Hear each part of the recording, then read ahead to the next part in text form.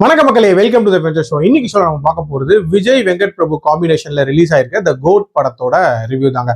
இந்த படம் பாத்தீங்கன்னா இந்த வீக்கெண்ட் தியேட்டர்ஸ்ல அவைலபிளா இருக்கு. இந்த படத்தோட கதையை சிம்பிளா சொல்லணும் அப்படின்னா, the greatest of all time அப்படின்னு ரொம்ப கெத்தா வாழ்ந்துட்டு இருக்கக்கூடிய ஒரு சீக்ரெட் ஏஜென்ட்டை எப்படி ஒரு நபர் தமிழ்நாட்டு ஆட்டுக்குட்டி மாதிரி எப்படி ஓட விடுறாரு, அந்த ஆட்டுக்குட்டி டுவர்ட்ஸ் த எண்ட் சுதாரிச்சுதா இல்லையா அப்படின்றத காட்டக்கூடிய ஒரு கதை தான். ஆக்சுவலி இந்த படத்துல விஜய் வந்து ஒரு சீக்ரெட் ஏஜென்ட்டா ஒர்க் பண்ணிட்டு இருப்பாரு. அவரோட பார்ட்னர்ஸ் தான் வந்து பிரபுதேவா அண்ட் பிரசாந்த். இவங்கெல்லாம் சேர்ந்து கென்யால ஒரு சீக்ரெட் மிஷனுக்காக போறாங்க. போன இடத்துல கவர்மெண்டால தேடப்படுற ஒரு குற்றவாளியான மோகனை வந்து எதிர்பாராத விதமா சந்திக்கிறாங்க. அவரை அரெஸ்ட் பண்ணணும் அப்படின்ற மாதிரி நினைக்கிறாங்க. ஆனா மோகன் அந்த இடத்துல இருந்து தப்பிச்சிடுறாரு. அப்படியே கட் பண்ணா இன்னொரு மிஷனுக்காக இந்த டீம் அப்படியே தாய்லாந்துக்கு போகுது. தாய்லாந்துக்கு விஜய் தன்னோட ஃபேமிலியும் கூட்டிட்டு போறாரு. போன இடத்துல தன்னோட பையனை வந்து தொலைச்சிடுறாரு அப்படின்னு சொல்லலாம்.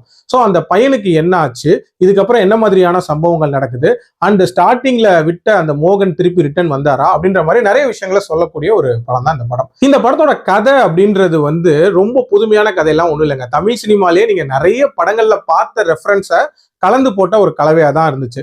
உதாரணத்துக்கு சொல்லணும்னா, நீங்க ஆதவன் படத்துல இருந்து கொஞ்சம், மகான் படத்துல இருந்து கொஞ்சம், ஏன் ஜெயிலர்ல இருந்து கொஞ்சம் அப்படின்ற மாதிரி நிறைய விஷயங்களை சேர்த்து ஒரு படமா பண்ணா எப்படி இருக்கும் அப்படின்ற மாதிரி தான் இருந்துச்சு. அண்ட் ரொம்ப ரொம்ப ப்ரெடிக்டபிளா இருந்துச்சு அப்படின்னே சொல்லலாம்.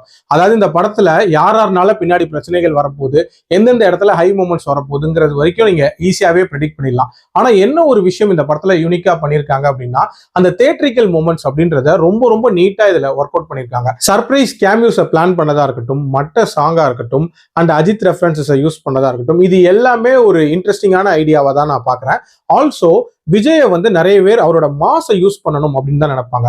ஆனா வெங்கட் பிரபு பொறுத்த வரைக்கும் விஜயோட ஒரு பெர்ஃபார்மன்ஸ் வந்து எக்ஸ்ட்ராக்ட் பண்ணணும் அப்படின்ற மாதிரி இதுல ட்ரை பண்ணிருக்காரு.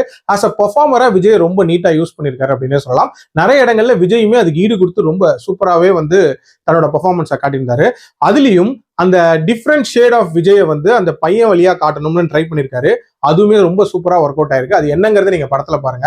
டியூரேஷன் அப்படின்னு பாத்தீங்கன்னா இந்த படம் 3 மணி நேரம் 3 நிமிஷம் போகுது. அவ்வளவு பெரிய டியூரேஷன் அப்படின்றது கண்டிப்பா ஒரு பெயின்ஃபுல் வாட்சா தான் இருந்துச்சு.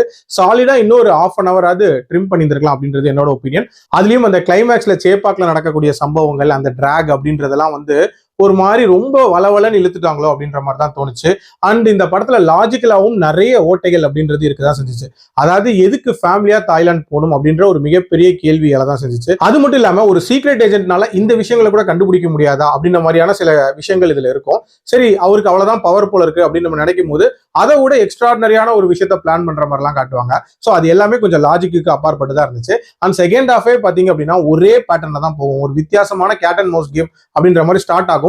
பட் ரொம்ப ரொட்டீனான ஒரு ஸ்டைல்ல தான் வந்து போகும் அப்படின்னு சொல்லலாம். செகண்ட் ஹாஃப்ல அந்த கருப்பாடி யாரு அப்படின்ற ஒரு ட்விஸ்ட் மட்டும் தான் ஒரு இன்ட்ரெஸ்டிங்கான ட்விஸ்டா இருந்துச்சு.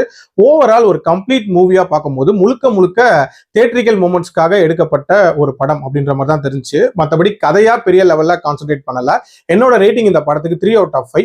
இந்த படத்தை நீங்க பார்க்கணும்னு நினைச்சீங்கன்னா கண்டிப்பா தியேட்டர்ல போய் பாருங்க. பிகாஸ் இது ஓடிடிக்கான ஒரு படம் இல்லை அப்படின்னு நான் சொல்லுவேன். அடல்ட் கண்டென்ட்லாம் இல்ல, ஃபேமிலியா பார்க்கலாம். மீண்டும் அடுத்த விமர்சனத்தில் சந்திக்கிறேன். நன்றி, வணக்கம்.